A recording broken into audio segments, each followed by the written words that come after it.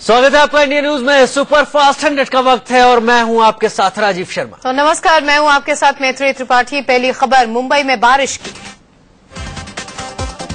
मुंबई में जोरदार बारिश ने एक बार फिर लोगों की मुश्किलें बढ़ा दी हैं। सुबह सुबह हुई बारिश से भले ही मायानगरी का मौसम सुहाना हो गया हो, लेकिन जल जमाव के चलते मुसीबतें बढ़ गई हैं। मौसम विभाग ने अभी और बारिश होने की संभावना जाहिर की है। भारी बारिश के चलते Vile Parle, Andheri, subway, Khar subway, Milan subway, Mahim crossway, Shivaji park, Santacruz east, Bandra east, Hindmata समेत कई इलाकों में भारी जल जमाव देखा गया। सड़कों और सबवे पर इतना पानी भर गया था कि लोगों का चलना मुश्किल था। बारिश के चलते सड़क पर पानी जम जाने से गाड़ियों की आवाजाही में भारी दिक्कत हुई। गाड़ियों के टायर तक पानी में डूब गए। कई जगहों पर गाड़ियां सड़क पर ही फंस गईं। लोगों को गाड़ी निकालने में भारी मशक्कत करनी पड़ी। मुंबई में बारिश का असर ट्रैफिक पर भी पड़ा। कई इलाकों में सड़क पर जाम भी लग गया। सड़क पर जल जमाव के चलते गाड़ियां रेंगती हुई चली और लोगों को दफ्तर और बच्चों को स्कूल पहुंचने में देरी भी हुई। भारी बारिश का असर मुंबई की लोकल ट्रेनों की आवाजाही पर भी पड़ा। रेलवे ट्रैक में पानी जम जाने के वजह से ट्रेनें धीरे धीरे और देर से चली। वेस्टर्न, सेंट्रल और हावो लाइन की लोकल ट्रेनें 5 से 25 मिनट तक की देरी से चल रही। बारिश के चलते लोकल ट्रेनों की आवाजाही सबसे ज्यादा दादर स्टेशन पर प्रभावित हुई। साथ ही कुर्ला, वडाला, चेंबूर, अंधेरी, सायन, डॉकयार्ड स्टेशन भी बारिश के चलते प्रभावित हुए और यहां से गुजरने वाली ट्रेनें देर से चली। मुंबई में जब से मानसून की बारिश शुरू हुई है, सड़क पर हर बार पानी जम जाता है। हर साल बीएमसी दावे करती है कि जल जमाव की दिक्कतें नहीं आएंगी, लेकिन हर बारिश में बीएमसी का यह दावा धुल जाता है। मुंबई में जोरदार बारिश के बीच आज समंदर में करीब 12:15 बजे हाई टाइड भी आया। समंदर में काफी ऊंची ऊंची लहरें उठी। कल भी दोपहर करीब 12:15 बजे हाई टाइड का अलर्ट जारी किया गया है। भले ही मुंबई में बारिश हुई हो, लेकिन पीने के पानी की किल्लत बरकरार है। किल्लत को देखते हुए बीएमसी ने 5 स्टार होटलों के साथ साथ बड़ी कंपनीज और बिस्लेरी प्लांट्स में पानी सप्लाई बंद करने का फैसला लिया है।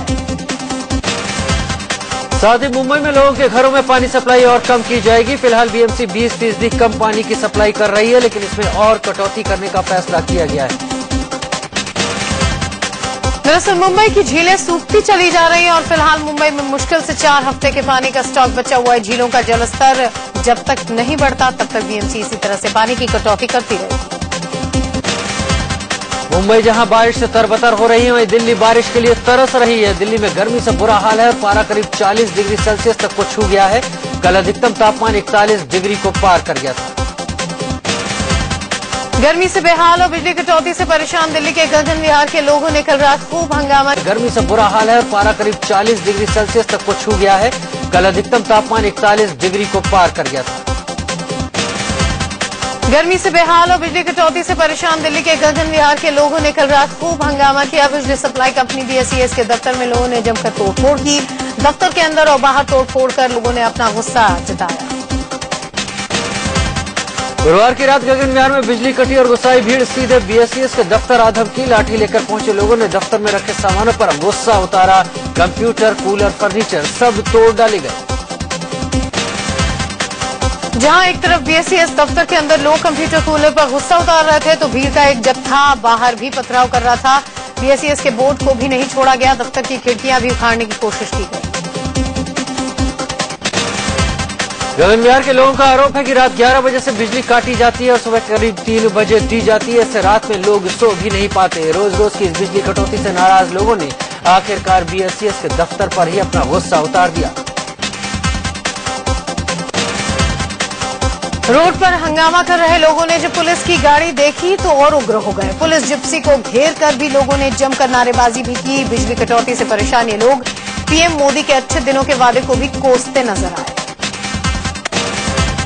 वाराणसी में गंगा आरती के दौरान पुलिस ने 3 संदिग्ध लोगों को पकड़ा। ये तीनों गंगा घाट पर हो रही आरती को हवा में तैरने वाले कैम्पकॉप्टर के जरिए शूट कर रहे थे। बगैर इजाजत शूटिंग के चलते इन्हें पुलिस ने हिरासत में ले लिया।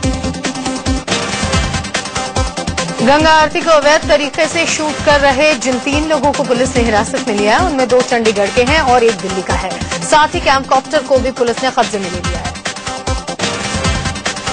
पुणे में कल पुलिस स्टेशन के पास हुए धमाके के बाद महाराष्ट्र के दूसरे शहरों में अलर्ट जारी कर दिया गया है। मामले की जांच में जुटी एनएसजी को धमाके की जगह से कील और बॉल बेयरिंग मिला है, जिसे जांच के लिए भेज दिया गया है। जांच में पता चला है कि जिस मोटरसाइकिल के जरिए धमाका किया गया वो चोरी की है और नंबर 17 का है। माना यह जा रहा है कि सीसीटीवी फुटेज से धमाके का सुराग मिल सकता है। फिलहाल अभी तक इस धमाके की किसी संगठन ने जिम्मेदारी नहीं ली है। कल पुणे के फरसखाना पुलिस स्टेशन के ठीक सामने और मशहूर दगड़ू सेठ मंदिर के पास कम तीव्रता का धमाका हुआ था। पुलिस के मुताबिक धमाका थाने की पार्किंग में खड़ी एक मोटरसाइकिल में हुआ है, जिसमें 3 लोग घायल हो गए। पीएम नरेंद्र मोदी के प्रधान सचिव नृपेंद्र मिश्रा की नियुक्ति पर कानूनी मुहर के लिए टेलीकॉम मंत्री रविशंकर प्रसाद ने टेलीकॉम रेगुलेटरी कानून में संशोधन का प्रस्ताव पेश किया है। बिल पेश किए जाने से पहले कुछ सांसदों ने इसका विरोध भी किया। अध्यादेश के जरिए ट्राई के पूर्व अध्यक्ष नृपेंद्र मिश्र की नियुक्ति की गई थी, लेकिन ट्राई कानून के मुताबिक पद छोड़ने के बाद ट्राई के अध्यक्ष केंद्र या राज्य सरकार में नौकरी नहीं कर सकते। इसमें बदलाव के लिए ही संशोधन प्रस्ताव लाया गया। लोकसभा में कांग्रेस संसदीय दल के नेता मल्लिकार्जुन खड़गे ने बीजेपी के वरिष्ठ नेता लालकृष्ण आडवाणी से मुलाकात की। सूत्रों से खबर है कि नेता प्रतिपक्ष पद को लेकर खड़गे ने आडवाणी से चर्चा की।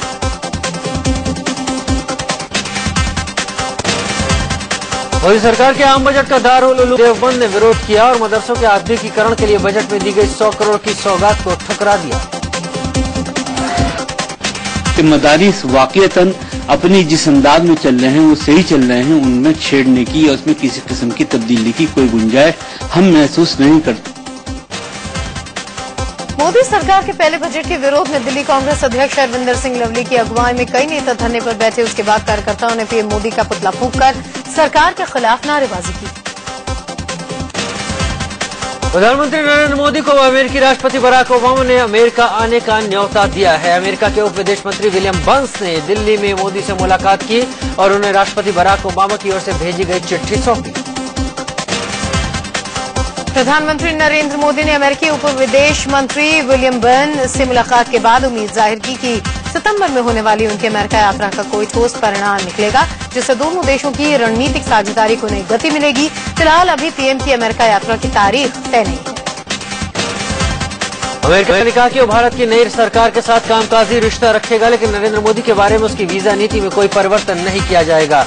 अमेरिका ने नरेंद्र मोदी को वीजा देने के मामले में प्रतिबंधित कर रखा है।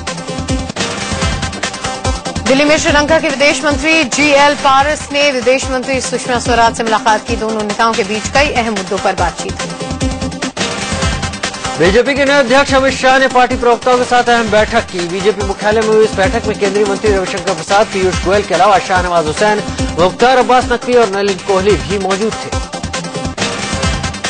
9 जुलाई को बीजेपी अध्यक्ष बनने के बाद अमित शाह की पार्टी पदाधिकारियों के साथ ही पहली बैठक थी। बैठक में प्रवक्ताओं के साथ साथ टीवी डिबेट में जाने वाले बीजेपी नेता भी थे। कई मुद्दों पर शाह ने इन सब से चर्चा की। बीजेपी के नवमनोनीत अध्यक्ष अमित शाह का आज अहमदाबाद में भव्य स्वागत होगा। वो आज 7 बजे अहमदाबाद एयरपोर्ट पहुंचेंगे। यहां से एयरपोर्ट से बीजेपी कार्यकर्ता रोड शो निकालेंगे और रैली भी होगी। अमित शाह को बीजेपी का अध्यक्ष बनाए जाने पर शिवसेना ने खुशी जाहिर की। शिवसेना के मुखपत्र सामना में अमित शाह की जमकर तारीफ की गई है। उन्हें बीजेपी का चाणक्य बताया गया है। महाराष्ट्र के मुख्यमंत्री पृथ्वीराज चव्हाण को बदले जाने की अटकलों पर विराम लग गया है। उनकी कुर्सी बच गई है। कल ही दिल्ली में चव्हाण ने कांग्रेस अध्यक्ष सोनिया गांधी और उपाध्यक्ष राहुल गांधी से मुलाकात की थी। न सिर्फ पृथ्वीराज चव्हाण की कुर्सी बची, बल्कि महाराष्ट्र में विधानसभा चुनाव में भी उन्हीं की अगुवाई में कांग्रेस चुनाव लड़ेगी। कल सोनिया राहुल से मुलाकात के बाद चव्हाण को चुनाव की तैयारियों में जुट जाने को कहा गया है। कांग्रेस चीफ राज ठाकरे अपने बेटे अमित ठाकरे को सक्रिय राजनीति में उतारने का ऐलान कर सकते हैं। माटुंगा में होने वाले एक कॉन्क्लेव में अमित को महाराष्ट्र नवनिर्माण विद्यार्थी सेना की कमान सौंपी जा सकती है। हालांकि राज अभी इससे इनकार कर रहे हैं। बैंगलोर में भारतीय जनता युवा मोर्चा के सैकड़ों कार्यकर्ताओं ने कांग्रेस विधायक विजयानंद कश्यपानवर के खिलाफ प्रदर्शन किया। इस दौरान कार्यकर्ताओं की पुलिस से जमकर झड़प भी हो गई। पुलिस ने कार्यकर्ताओं को हिरासत में ले लिया। कुछ दिन पहले ही आरोपी विधायक ने अपने पंजाब में जन्मदिन की पार्टी के दौरान 2 पुलिस वालों को थप्पड़ जड़ दिया था। देर रात तक तेज आवाज में बज रहे डीजे को बंद कराने के लिए पहुंचे पुलिस वालों से विधायक ने गाली गलौज भी की थी। 2G केस में वरिष्ठ वकील उदय यू ललित सुप्रीम कोर्ट के जज बन सकते हैं। सुप्रीम कोर्ट कॉलेजियम ने उदय का नाम सरकार को भेजा है। उदय यू ललित अमित शाह के वकील भी रह चुके हैं।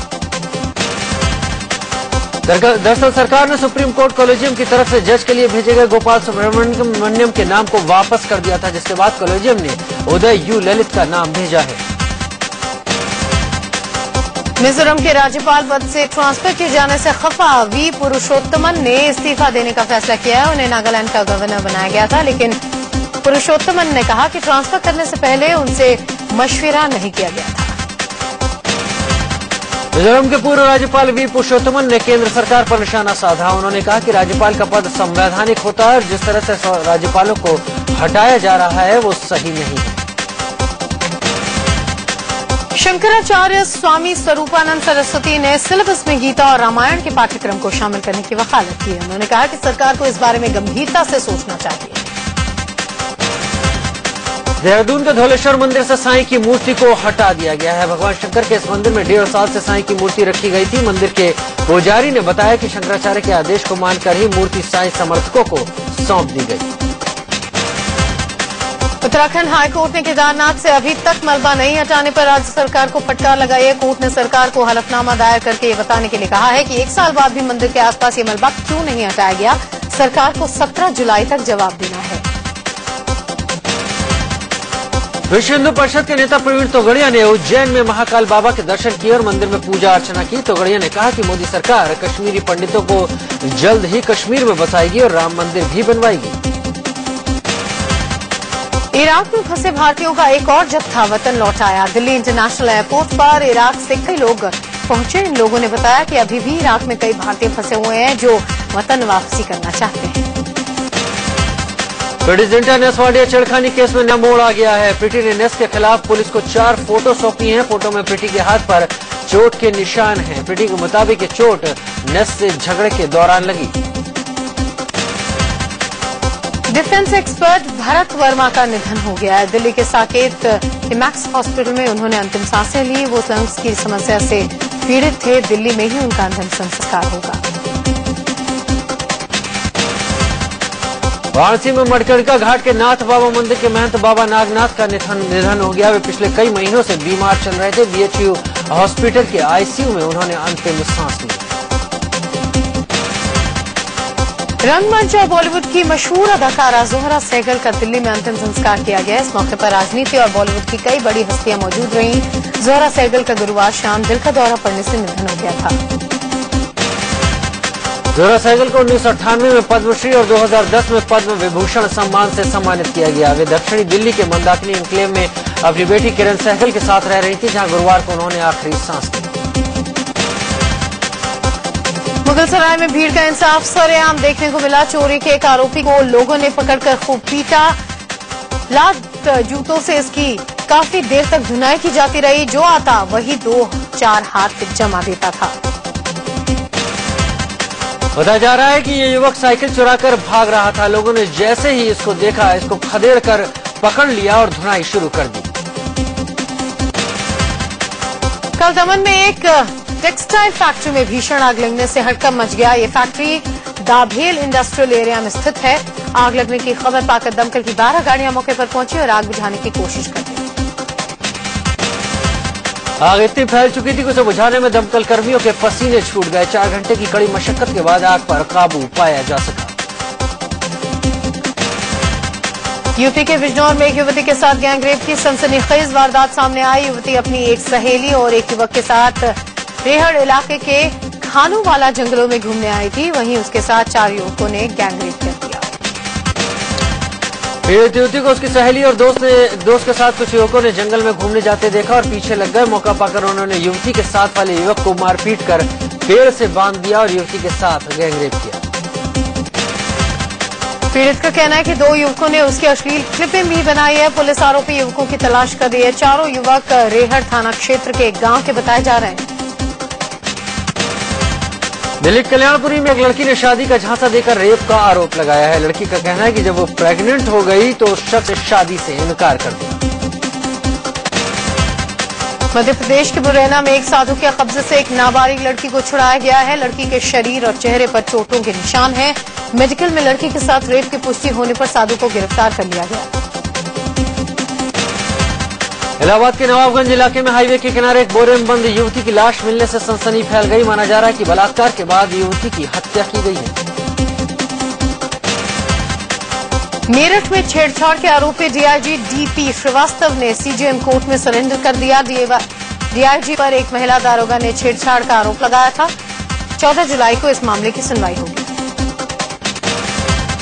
बिहार के गया में चलती बस में छेड़खानी के आरोप में पीडब्ल्यूडी विभाग के एसडीओ को गिरफ्तार किया गया। आरोप है कि उन्होंने पटना से रांची जा रही बस में एक युवती से छेड़खानी की। आरोपी एसडीओ को कोर्ट में पेश किया गया, जहां से उन्हें जेल भेज दिया गया।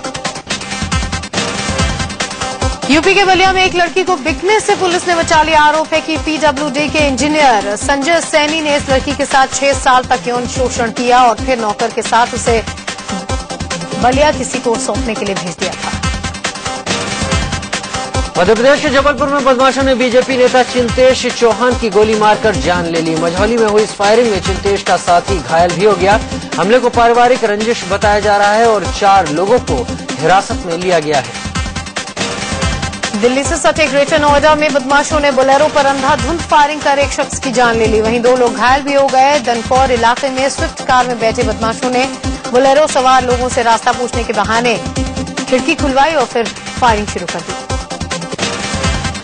इंदौर में एक पति पत्नी का सुसाइड करने का मामला सामने आया है। सुसाइड नोट पर खुदकुशी की वजह व्यापार में घाटा होना बताया गया है।